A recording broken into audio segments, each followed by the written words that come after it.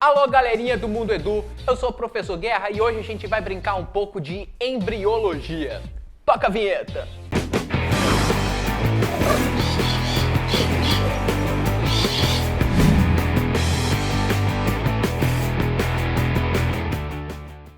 Nessa aula de embriologia, nós não vamos só falar do estágio embrionário da vida, mas nós vamos falar também do desenvolvimento dos gametas. Em todas as espécies de animais existem dois tipos de gameta, o espermatozoide e o ovócito. Na espécie humana, os machos produzem espermatozoide desde a puberdade até a andropausa. A espermatogênese começa com uma célula chamada espermatogônia, que se prolifera por mitose no testículo, para só depois sofrer meiose.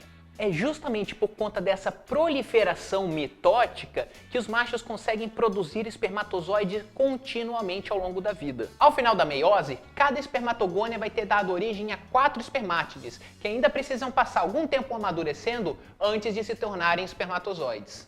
E aqui a gente tem a estrutura do espermatozoide maduro. Você vê que ele é composto por uma cabeça e um flagelo. E lá na ponta da cabeça tem uma estrutura mais aguda, mais em forma de um bico, uma ponta estranha. Aquela ponta se chama acrossomo. Ela é uma bolsa cheia de enzimas digestórias. E aí você deve estar pensando o que tem a ver enzima digestória e espermatozoide, mas a gente já vai chegar lá. Nossa, imagina que porra tem a ver com isso.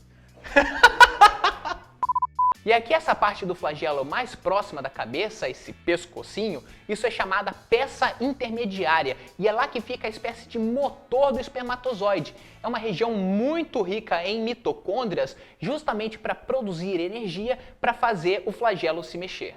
Já a formação de ovócitos, a ovogênese ou oogênese, é um pouco diferente da formação de espermatozoides. A oogênese começa já na vida intrauterina, quando a fêmea ainda é um feto na barriga da mãe. Lá, a célula germinativa entra no ovário, vira uma ovogônia, começa o processo de meiose, mas para na prófase 1.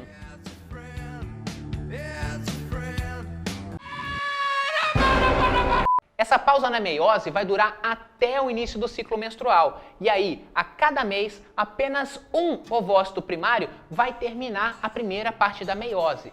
Porém, ao invés de dar origem a 2 ovócitos secundários, ela vai dar origem a um ovócito secundário e um corpúsculo polar. Essa meiose ela é muito assimétrica. Esse corpúsculo polar, ou corpo polar, é apenas constituído de um pedacinho de membrana, um quase nada de citossol e os cromossomos que não vão ser usados pelo ovócito secundário. Isso acontece para garantir que o zigoto tenha o máximo possível de recursos, energia, aminoácidos e organelas. Tá, mas e a meiose 2, onde é que entra? A meiose 2 só vai acontecer se esse ovócito secundário for fecundado. E como que acontece essa fecundação? Ao contrário do que muita gente imagina, a fecundação não acontece no útero, mas sim na tuba uterina. Os espermatozoides chegam e encontram a primeira grande barreira, as amigas. Porque não é assim qualquer um que vai chegando e fecundando de qualquer jeito. Tem que ter a aprovação das amigas primeiro. E aí o espermatozoide vai encontrar aquele ovócito secundário cercado de células da granulosa, formando uma coroa radiada. Se o espermatozoide passa pela coroa radiada, ele encontra uma segunda barreira, a zona pelúcida, uma espécie de camada de gel que envolve o ovócito secundário. Lembra lá do acrossomo, aquela bolsa de enzimas digestórias? É aí que ele entra. Ha! E aí o acrossomo se rompe, libera enzimas digestórias que começam a cavar um caminho para o espermatozoide. E aí finalmente a membrana do espermatozoide e a membrana do ovócito secundário se encontram e se fundem. E o que acontece se entrar mais de um espermatozoide? Aí é que tá, nunca entra mais de um espermatozoide, porque quando chega o primeiro, ocorre uma reação cortical que empurra todos os outros espermatozoides para fora. O espermatozoide então vai doar seu pronúcleo e seus centríolos para essa nova célula, que vai se chamar zigoto. O zigoto é a primeira célula do novo indivíduo. E aí vem uma classificação bem interessante com base na quantidade de vitelo do citoplasma. Vitelo é a reserva energética para o embrião. Se o óvulo tem pouco vitelo, como o óvulo dos mamíferos, por exemplo, a gente vai dizer que esse óvulo é oligolécito. Os mamíferos têm pouco vitelo porque nós temos uma placenta, um cordão umbilical, então a gente não tem necessidade de bastante reserva energética. Já o caso dos anfíbios, eles têm um pouco mais de vitelo. Você vê no óvulo deles que eles têm uma porção onde o vitelo fica mais concentrada e uma porção mais livre. Essa porção que fica mais concentrada de vitelo a gente chama de polo vegetal e a outra ponta o polo animal. O óvulo dos anfíbios é um óvulo mesolécito.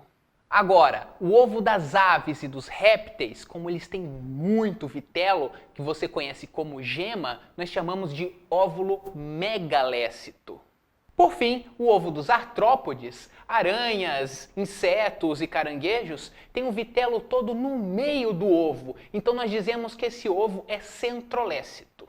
O zigoto, então, vai sofrer uma série de mitoses, uma depois da outra, sem dar tempo de crescer. Essas mitoses do zigoto vão se chamar clivagem.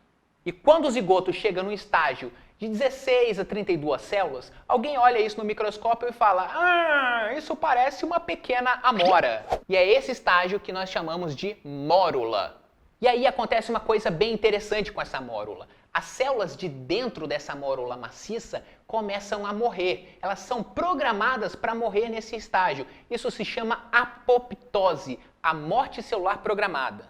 A mórula, então, passa de uma coisa maciça para uma coisa completamente oca, com apenas uma célula de espessura. Essa bola vazia a gente chama de blástula.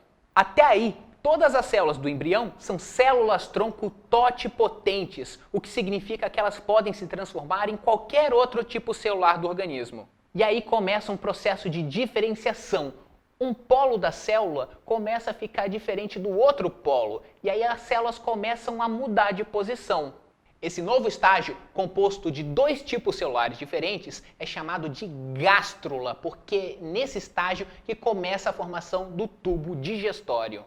Esse folheto embrionário mais externo, esse tipo celular mais externo, se chama ectoderme, e é ele que vai dar origem ao sistema nervoso, à pele e aos dentes, enquanto esse folheto embrionário mais interno se chama endoderme e vai dar origem ao tubo digestório. Essa cavidade da gástrula se chama arquêntero, do grego arqueo, antigo, e êntero, intestino, porque é isso que vai ser o tubo digestório no futuro. Resta saber se esse buraco, essa abertura, esse blastóporo, vai dar origem à boca ou ao ânus.